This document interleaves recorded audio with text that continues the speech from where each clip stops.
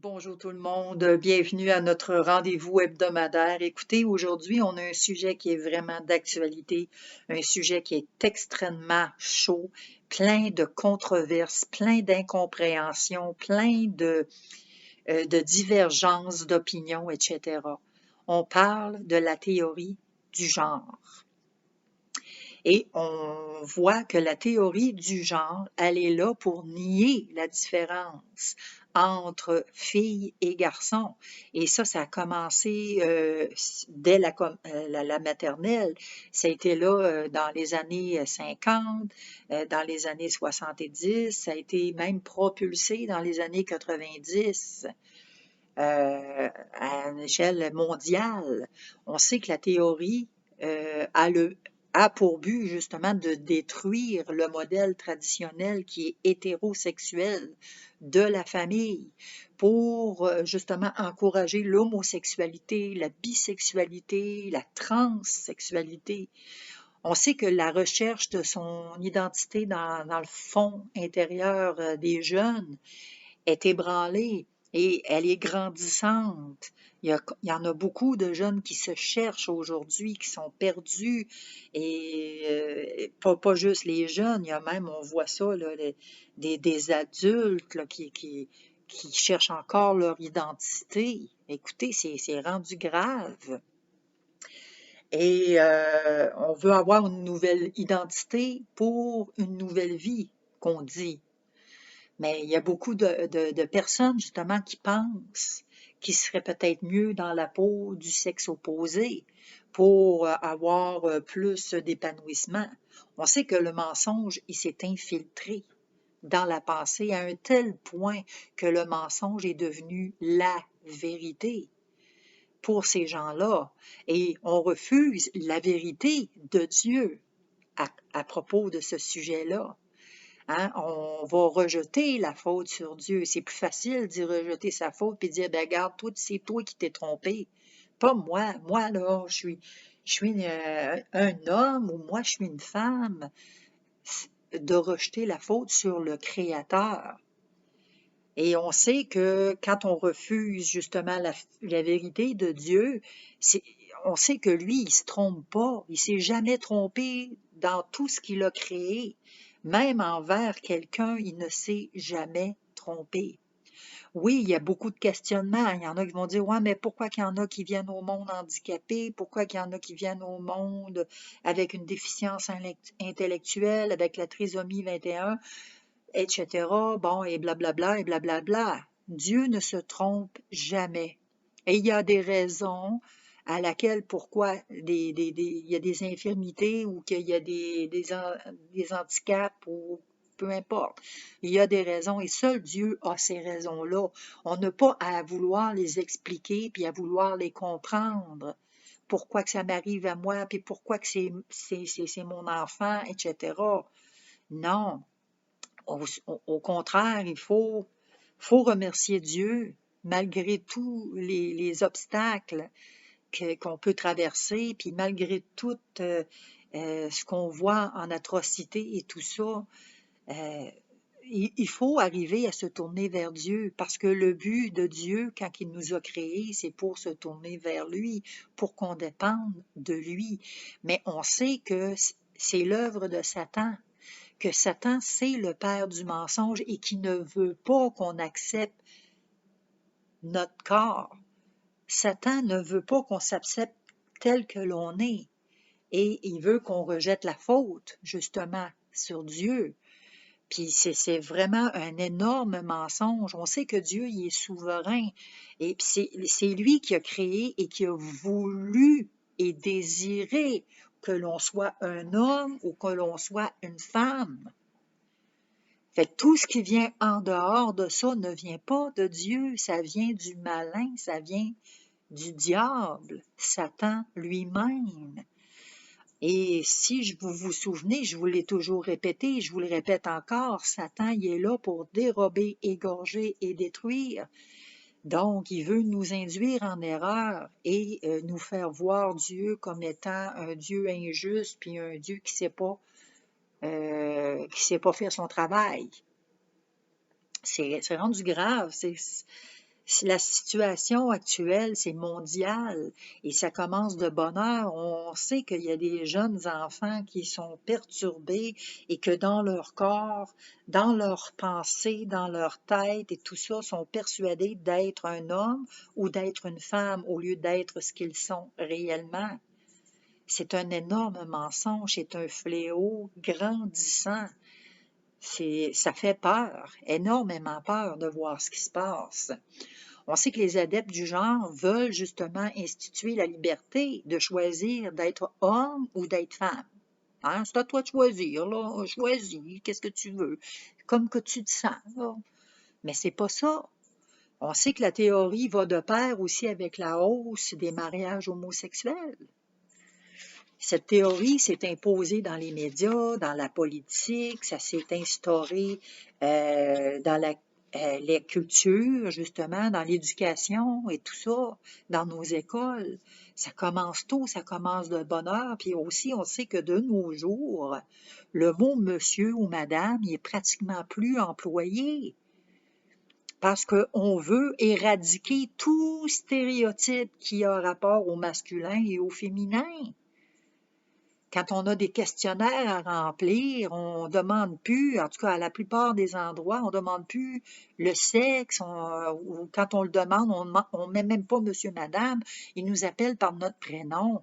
Ou, hein, ou notre prénom et nom de famille. Au lieu de dire Madame Chantal Lepage, ah ben, on dit Chantal Lepage. On n'ose plus dire le mot madame et on n'ose plus dire le mot monsieur non plus. Hey, parce que là, de peur que là, on peut choquer, là. C'est rendu grave, extrêmement grave. C'est une guerre. C'est une guerre d'égalité entre les deux sexes qui dure depuis des siècles et des siècles et des siècles. C'est un phénomène qui est issu du courant féministe. Et on sait que dans les années 1950, même dans les années 1800, écoutez, ça date de loin, là, extrêmement loin. Puis on sait qu'il y avait une féministe, Judith Butler, je crois. Elle a beaucoup cheminé, puis elle a aidé à la propulsion dans les années 90, justement à ouvrir ça, cette idéologie-là, cette théorie-là du genre humain. Fait que c'est une guerre, ça date pas d'hier, ça date vraiment quand même de loin. Puis on sait que la question s'impose. Comment réagir? Comment qu'on doit réagir de façon à glorifier Dieu dans tout ça? Parce qu'elle est où, la gloire de Dieu là-dedans? Satan, son rôle, c'est justement que Dieu n'ait pas aucune gloire, parce que Satan, il veut avoir la gloire de Dieu. Et on sait que le péché, il est entré dans le monde. C'est sûr que les gens, ils n'appellent pas ça péché, mais c'est un péché flagrant aux yeux de Dieu, parce que ça laisse entrevoir et ça laisse dire que Dieu, il s'est trompé sur toute la ligne quand il a créé quelqu'un. C'est ni plus ni moins que de se faire Dieu nous-mêmes, hein, quand on n'accepte pas ce que l'on est, qui que l'on est aussi. La sexualité, elle a été déterminée par l'existence de Dieu. Et le seul et unique qui a les droits d'auteur sur notre sexualité, c'est Dieu. On regarde Genèse 1, 27. Dieu créa l'homme à son image, il le créa à l'image de Dieu, il créa l'homme et la femme. On sait que les différences entre l'homme et la femme ne sont pas des choses qui nous ont été apprises ou qui nous ont été imposées. Pas du tout. Ces différences-là sont innées, elles ont été créées. Ça ne nous appartient pas à nous de choisir ou de décider qui qu'on est. On est un homme ou on est une femme. C'est pas à nous de déterminer ça. Ce que Dieu nous demande, c'est de nous laisser définir par lui. C'est lui qui nous définit. Donc, S'il nous a fait homme, c'est parce qu'il a voulu qu'on soit homme. Et s'il nous a fait femme, c'est parce qu'il a voulu qu'on soit femme. Mais l'ennemi, c'est pas ça qu'il veut. L'ennemi, il veut contrecarrer, puis il veut briser les plans, puis il veut tout nous mêler avec ses pensées puis ses idées qui sont mensongères. Et les gens, le monde embarque dans ça. C'est malheureux. C'est extrêmement malheureux. Puis quand on refuse de suivre le Seigneur, qu'on refuse de lui faire confiance, bien, ça a des conséquences très, très lourdes. C'est lourd de conséquences. Puis ça a des répercussions après, des générations et des générations après. C'est vraiment là, de génération en génération que ça se passe aussi. C'est pas beau, là. C'est malheureux. Je trouve ça vraiment malheureux. On sait que la Bible, elle évoque les deux genres humains comme un rapport de vis-à-vis, os de mes os et chair de ma chair, parce que l'homme a voulu diminuer la femme. On sait que c'est un mouvement féministe, que ça part de ce mouvement-là féministe, parce que la femme était écœurée de rester à la maison, elle était écœurée d'être sous, d'être sous. Donc, l'homme possédait la femme, puis l'homme avait le dessus sur la femme, puis c'était comme femme, tais-toi, tu sais. La femme, elle n'avait pas d'émancipation et tout ça. Puis la femme s'est révoltée. Mais on va regarder qu'est-ce que la Bible nous dit par rapport justement à notre position vis-à-vis l'homme. On regarde ça, et c'est dans Genèse 2, 18 à 24. L'Éternel Dieu dit, « Il n'est pas bon que l'homme soit seul, je lui ferai une aide semblable à lui. » L'Éternel Dieu forma de la terre tous les animaux des champs et tous les oiseaux du ciel, et il les fit venir vers l'homme pour voir comment il les appellerait, et afin que tout être vivant portât le nom que lui donnerait l'homme. Et l'homme donna des noms à tout le bétail, aux oiseaux du ciel et à tous les animaux des champs. Mais pour l'homme, il ne trouva point d'aide semblable à lui. Alors l'Éternel Dieu fit tomber un profond sommeil sur l'homme qui s'endormit, et il prit une de ses côtes et referma la chair à sa place.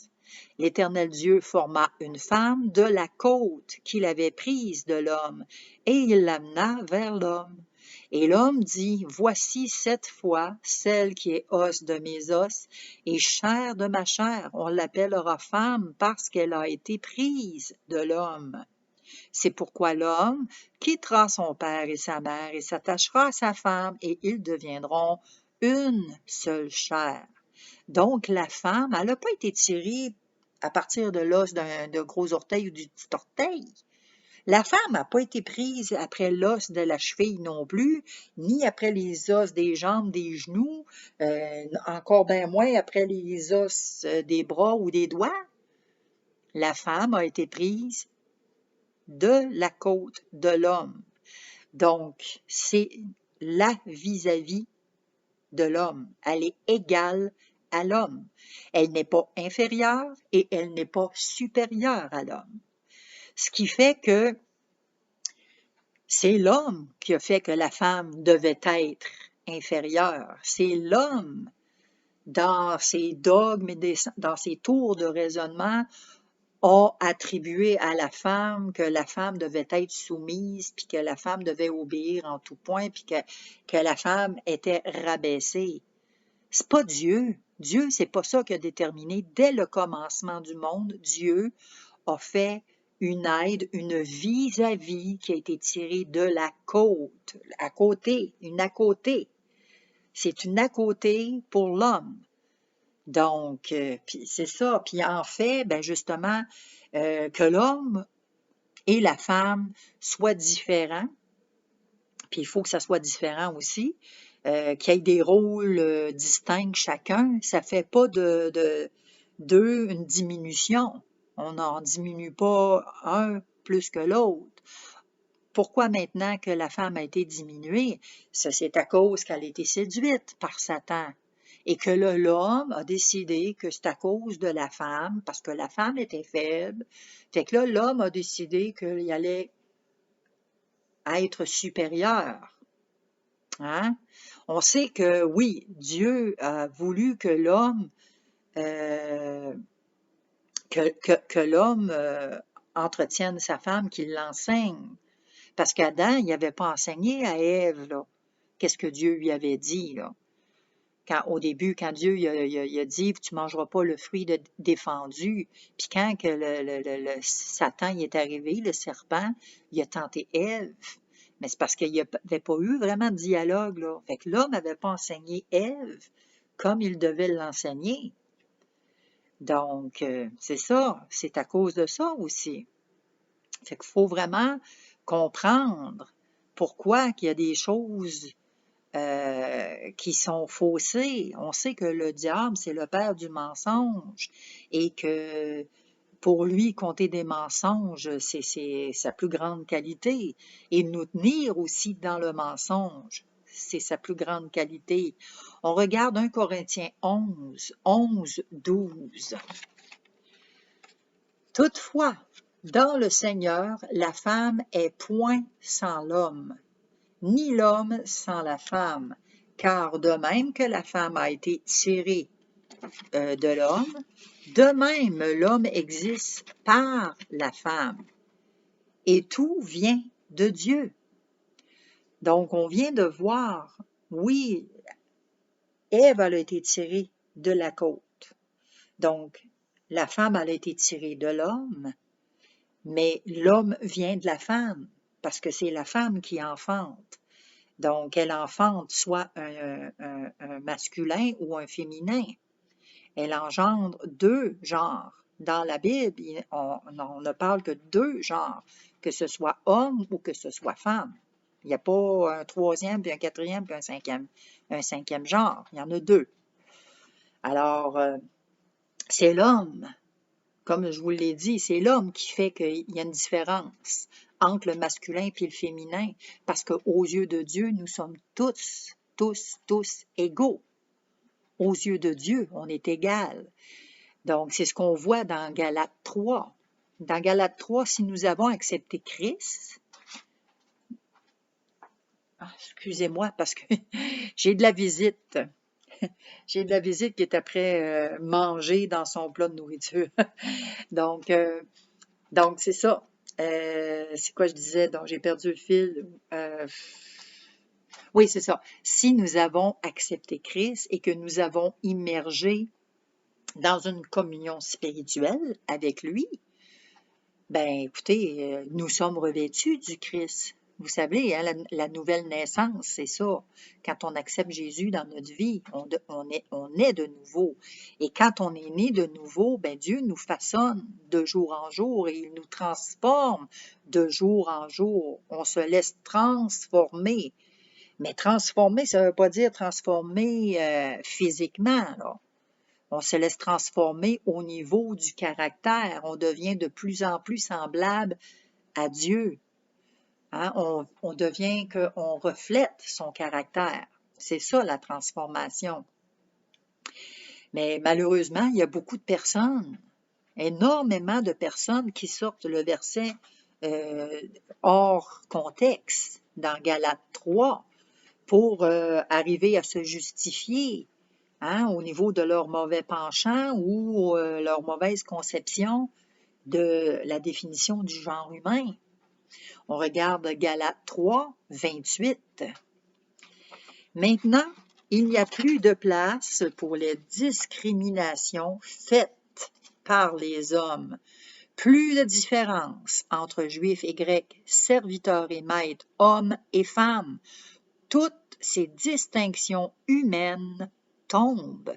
Unis au Christ, vous ne faites plus qu'un.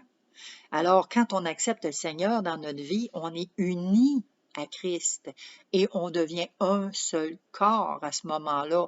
Quand on se rappelle dans Genèse 2, 24 que ça dit que l'homme, quand il quitte son père et sa mère, il s'attache à sa femme et deviennent une seule chair.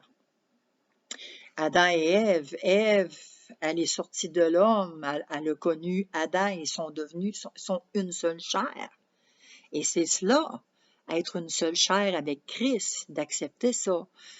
Chacun et chacune de nous, justement, ben, on doit recevoir le genre avec lequel il ou elle est né. Hein? Si moi je suis née une femme, ben je dois accepter que je suis une femme. Si mon mari est né un homme, ben il doit accepter qu'il est homme, qu'il est pleinement masculin, puis que moi je suis pleinement féminine. Même si j'ai des traits masculins dans mon caractère, puis que mon mari a des traits féminins, on se complète. On se complète, ni plus ni moins. Puis quand on parle de sujets assez délicats et sensibles comme celui-là, ben nous parlons à des personnes qui ont des idées préconçues, euh, des, des idées qui sont complètement différentes des nôtres et qui ne connaissent pas justement l'autorité de la Bible, qui ne reconnaissent pas l'autorité de Dieu dans la création, dans tout ce qu'il a créé. Nombreux sont ceux qui vont jusqu'à affirmer aujourd'hui qu'il peut exister potentiellement autant de genres qu'il existe des individus. Hein, qu'on est libre, puis qu'on est capable de s'auto-définir nous autres-mêmes. Fait que là, quand on arrive à penser comme ça, là, ben, on se fait Dieu. On s'élève au-dessus du trône de Dieu, exactement comme Satan y a fait avant qu'il soit jeté des cieux. Parce que Satan, avant d'être Satan, il était en charge des louanges. Il était l'archange, il était au-dessus de tout, puis il était d'une grande beauté et tout ça. Et justement, il a voulu faire ça, là, hein, à avoir de l'autosuffisance, puis à avoir la gloire pour lui, puis Dieu, il l'a chassé loin de sa face, puis loin, puis pas en même temps, parce qu'il est tout le temps devant de lui pour nous condamner, pour nous juger, pour nous inciter à pécher. Donc, il est toujours là, tout le temps. Fait que, est-ce que c'est à nous, les êtres humains, justement, c'est-tu à nous de nous transformer? Est-ce que c'est à nous de décider de notre propre corps dans notre vie? Ou bien c'est à Dieu de le faire dans l'autre vie? Parce qu'il ne faut pas oublier que plus on chemine sur la terre, plus nos pensées se renouvellent en Christ, évidemment, que nos pensées se renouvellent. C'est sûr que quand il va venir nous chercher, notre corps va être transfiguré, notre corps va être changé. C'est à lui de changer notre corps comme bon lui semble. C'est pas à nous de décider comment qu'on va être. Puis il faut se souvenir qu'il n'y a ni homme, ni femme, ni esclave, ni maître, ni grec, ni juif. Là. On est toutes égales aux yeux de Dieu. L'image qu'on a de nous-mêmes, c'est important. Il faut avoir vraiment une bonne image de nous-mêmes. Parce que si on n'a pas une bonne image, c'est sûr que ça va affecter autour nos relations. Soit nos relations au niveau de notre famille, au niveau de nos parents, au niveau de nos enfants, si on ne s'accepte pas, si on n'est pas capable de s'aimer soi-même dans le corps dans lequel on est, c'est sûr que tout va être affecté, puis on va être débalancé au niveau psychologique. Psychologiquement, là, on est vraiment affecté. Et c'est la détresse de nos jeunes d'aujourd'hui. Les jeunes se cherchent, les jeunes sont perdus, les jeunes courent après une identité, mais la seule identité possible qu'on peut avoir et obtenir et qu'on est sûr d'avoir une bonne identité, c'est en Jésus-Christ. Et c'est en lisant sa parole, c'est en s'approchant de lui et en cherchant à vouloir le connaître. Parce que si on s'éloigne de lui, on est à la merci de Satan. Puis on est vraiment des pauvres petites brebis qui est à la merci du loup. Il faut vraiment voir, hein, aller voir plus loin que le bout de notre nez. On sait que l'image que nous avons de nous-mêmes, ça affecte notre attitude aussi envers Dieu. Si on n'est pas capable de s'accepter, puis qu'on lui rejette la faute sur le dos, hein, on sait qu'il y a un proverbe qui dit, même moi, j'avais de la difficulté avec ça. Puis, parce qu'il y a dans les proverbes, ça dit, je te loue, Seigneur, de ce que je suis une créature si merveilleuse. Moi, ce proverbe-là, là, j'avais bien de la difficulté. Puis qu'est-ce que j'ai de si merveilleux? Puis hey, je te loue que je suis une créature merveilleuse, moi là. Oh oui, oui. Oh oui, à ce point-là, j'étais comme ça. Mais jusqu'au jour où ce que le Seigneur il a vraiment touché mon cœur, puis qu'il a vraiment vu, oui, je suis pas parfaite, je le serai jamais non plus. Je vais devenir parfaite quand que Jésus-Christ va venir me chercher. C'est là que je vais atteindre ma perfection. Mais tant aussi longtemps que je vais marcher ici sur la terre, je serai jamais parfaite. Jamais, jamais. La perfection n'est pas de ce monde. Il n'y a personne de parfait. Un seul est parfait, c'est Jésus-Christ. Et il faut aspirer à être parfait. Il faut aspirer justement à lui ressembler, à être modelé, à être transformé de plus en plus selon son caractère.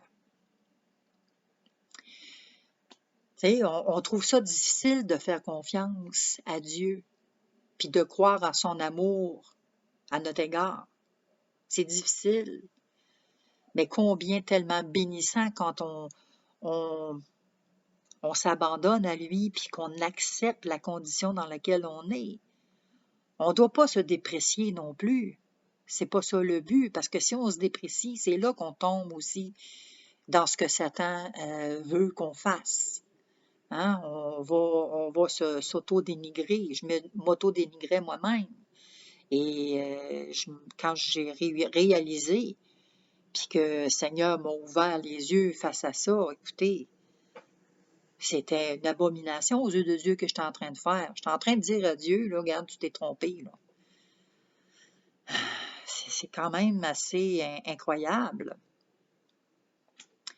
Il n'y a aucune de nos attitudes, hein, qu'on soit orgueilleux, qu'on soit vaniteux, c'est pas ça qui va nous conduire au bonheur, qui va nous conduire à avoir des bonnes relations avec les autres.